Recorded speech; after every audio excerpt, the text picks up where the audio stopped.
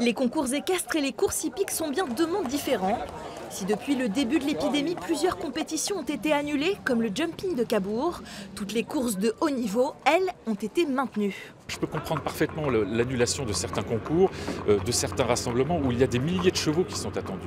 Et là où le risque de propagation est beaucoup plus important, ici sur une réunion de course, nous avons 120, 130 partants sur la réunion, ce n'est pas des milliers de chevaux qui viennent sur l'hippodrome de Caen aujourd'hui. Donc voilà, le risque est beaucoup moindre. Les organisateurs de courses misent donc sur la prévention. Dans les hippodromes, bien nettoyer les boxes avant et après la course. Ils responsabilisent aussi les entraîneurs. Nous comptons sur la sensibilisation de nos entraîneurs.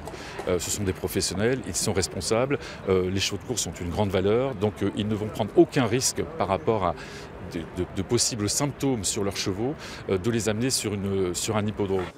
Si le vaccin contre la grippe est obligatoire, ce n'est pas encore le cas pour la rhinopneumonie. Mais dans le milieu des courses, beaucoup d'entraîneurs prennent les devants. Et pour la rhino, oui, ça m'inquiète parce que les chevaux, quand ils sont la rhino, souvent, ils peuvent saigner des poumons.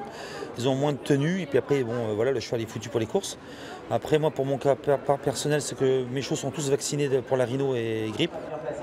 Le comité du cheval français a justement décidé hier de rendre le vaccin contre la rhino obligatoire pour les trotteurs. En attendant l'aval du ministère de l'Agriculture, la mesure devrait prendre effet le 1er novembre prochain.